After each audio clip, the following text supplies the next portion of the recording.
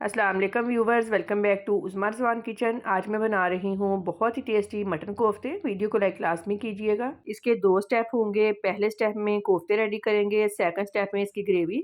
Mutton का कीमा half kg, आप beef या चिकन भी ले सकते हैं। अब इसको चॉपर में बारीक कर लेंगे। अगर आपके पास चॉपर नहीं है तो आप कसाई भाई से कीमा बारीक करवा लें। चट्टू वटा या फिर कूंडी डंडा हर घर में मौजूद होता है, आप उससे भी बारीक कर सकते हैं। ये देखें, इस तरह से बारीक होना चाहिए।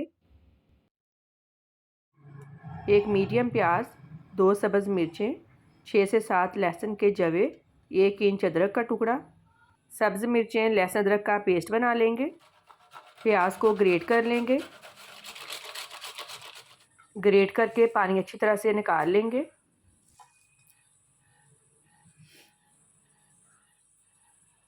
कीमे में प्याज ऐड करेंगे।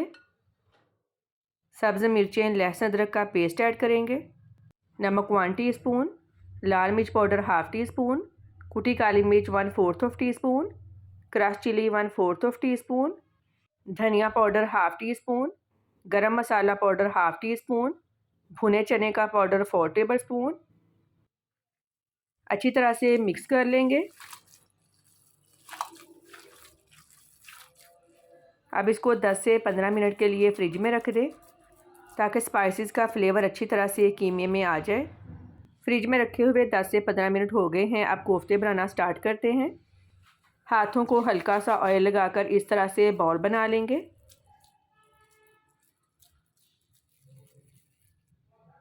ये देखें, बाकी भी ऐसे ही रेडी कर लेंगे।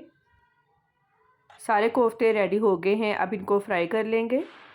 ऑयल मीडियम गर्म होना चाहिए, ज़्यादा गर्म ना हो वरना ये ऊपर से जल जाएंगे, अंदर से कच्चे रह जाएंगे। तकरीबन 6 से 7 मिनट लगेंगे इनको फ्राई होने में। कोफ्ते फ्राई हो गए हैं, अब इनको निकाल लेंगे। अब चलते हैं सेकंड स्टेप इसकी ग्रेवी की तरफ। एक बड़े साइज़ का प्याज ऐड करेंगे, 2 टेबल स्पून लहसुन अदरक पेस्ट, 6 सब्ज़ मिर्चों का पेस्ट, एक बड़े साइज़ के टमाटर का पेस्ट। जब भी कीमा लें उसमें 2-3 हड्डियाँ ज़रूर होती हैं, ना भी हों आप ज़रूर कसाई भाई से कह कर लें। इस तरह कोफ्तों का टेस्ट बहुत ही मज़े का बनता है। नमक 1 टीस्पून, लाल मिर्च पाउडर 1 टीस्पून, हल्दी powder 1/4 teaspoon, crush chilli 1/4 tea spoon.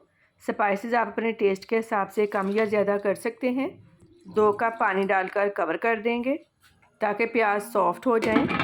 Flame low to medium रखेंगे।